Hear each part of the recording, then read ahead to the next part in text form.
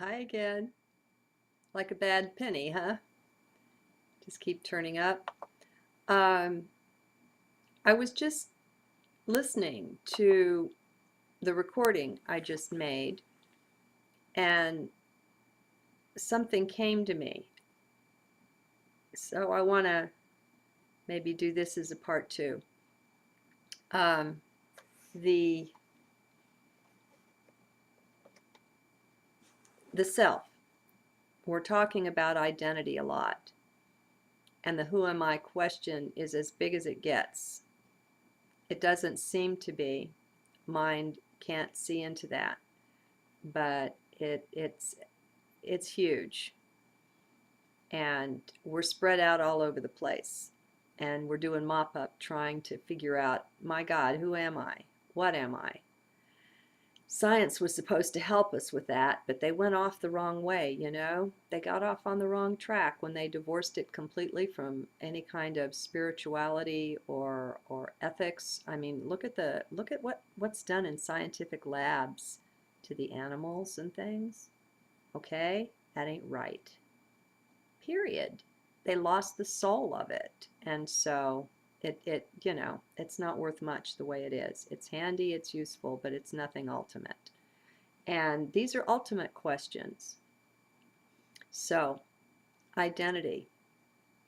When we get upset, I was saying, it's not us that's upset. It's something we've identified with. We've identified with a lesser part of self. And I think this is always going to be found in the 3D realm. I don't know that for a fact, but when we get upset, what we're doing is polarizing. And the duality and the polarity is very strong in 3D. I can't tell you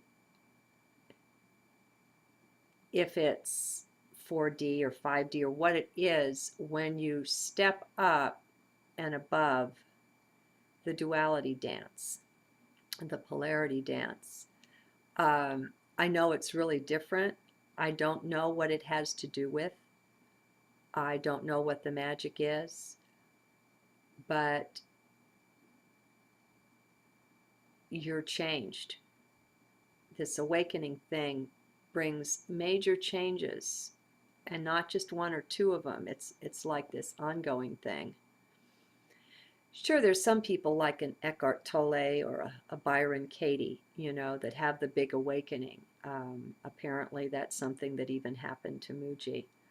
Uh, but that's much more rare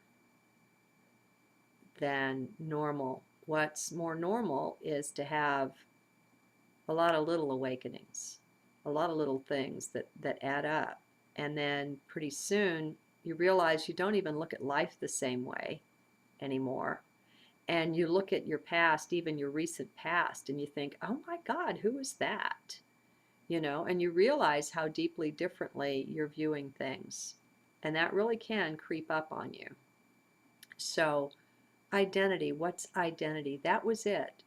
That was the thread that I was following. What are we identified with? Now, if you go into Advita and if you listen to Muji, and if you follow it in your heart, you go into a level of consciousness, and that's all that it is. And it's all pervading. It's nothing physical. It's nothing that can really be spoken about. It's perhaps the ultimate level. You can't call it that because that puts it in with a whole bunch of other stuff that it's not. All that other stuff is in it. It's not in that.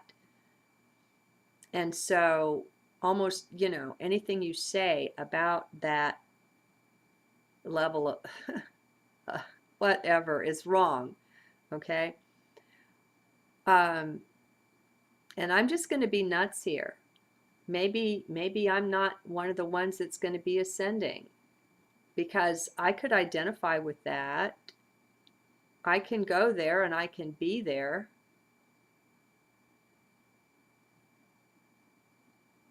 And I am sometimes. But isn't this funny? It's not ultimate enough for me. What do I mean by that? God, I'm out in left field here, aren't I? I'm going through teachers right, left, and center, and I eat them and chew them up and swallow them down and go on. The next one and the next one, pitch that one out, no thanks, and that one, well, he had one good aspect to bring to it, but that was about all. I'm finished with that. Are you finding that you're digesting things this way lately? You seem to be drawn to this, that, or the other, but you're only drawn to it for a time, and there's a real intensity behind it, and you're really into it. And then at a certain point, it suddenly turns boring. Now, this is only if you're staying in heart. If you get in mind, I can't speak to that. All right? Mind can be bored in the midst of this. So, that mind is just beneath your notice when we're talking these whatever this is. Okay, but if you stay in heart, it's not that you're bored, it's that you're done. Excuse me, you're finished. I guess the turkey gets done and you get finished. What the heck ever. And so it's time to move on. And you find a restlessness. And you've got that restlessness in you, and it's not really comfortable, and it's kind of pushing you on, and you haven't got a clue what's going to answer it. So you're fishing around in this and that, and who knows. And then somehow you come on the next thing. Somebody sends you, it's serendipitous, It just isn't anything that can be figured with mind. This is following the path of heart I'm describing. And I know a lot of you can totally relate to what I'm saying because it's our experience. And things are so accelerated now that we don't need to study under a teacher forever and take all these courses and consume all these textbooks and do the tests and turn in the papers and blah. That's very, very linear. And we're accessing levels of being that are above and beyond the linear. And so, well, come on, if we encompass everything on some level, we know every answer to every test question. I mean, that's what is. And all is one. That should mean, well, it does mean, on some level, we have access to all of it. The question, of course, again, that we come to is, when do we get the keys to the kingdom that opens us into the levels we want to access? Now, here's the thing. We talk about choice and free will a lot. Some people actually say there's no such thing, and a good case can be made for that. And, that's just like, for a while there's a path, and you're on a path as long as the path is valid to you. But at a certain point, you step up above the linearity of that and you realize, oh my God, it's not a path anymore. It can't be called that because it's just here. It's just now. And there's not steps to it. It's not like that. And so the whole concept of path goes out the door. It just doesn't work. It ceases working. And so we're putting things together quicker and quicker and quicker. And I can see this becoming absolutely lightning fast as we go through these next 2 years. And furthermore, I can see our children frying our brains as we try to keep up with them.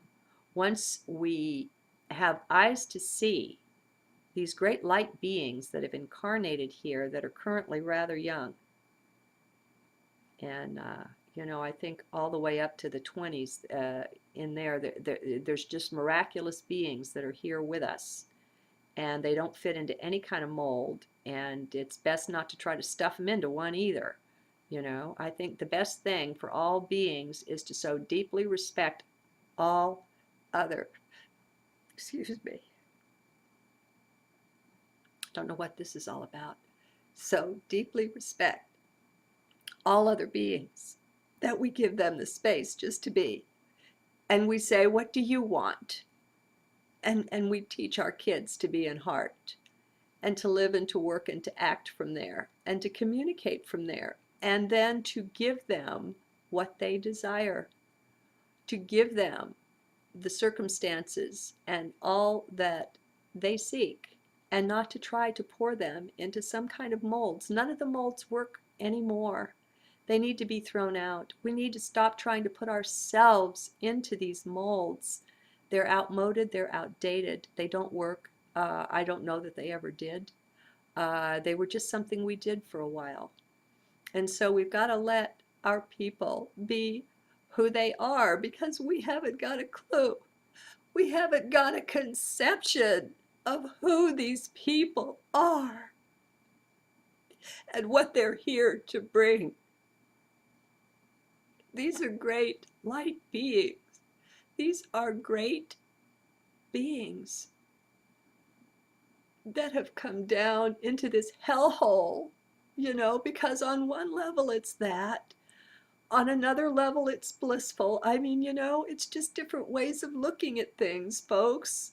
And they're all legitimate. Let's quit arguing with one another. Let's start communicating from heart. And we listen.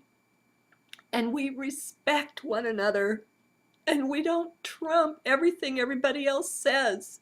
If they disagree with you, you listen.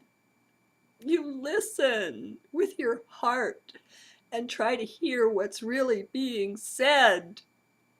You know, the world is not all wrong and you're right. That's the ego. We've got to shuck it, and the faster we shuck it, the faster we get Gaia back. Okay? And I don't know what this is all about or where it's coming from. It's surprising me too, but it's so very real. We've got to listen to our kids. And kids, you've got to listen to yourself. Don't let the world program you. Don't let it do it. You're so far greater than that.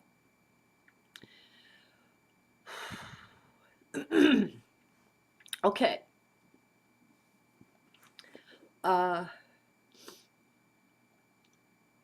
guess I've said quite enough, huh? Is there any more?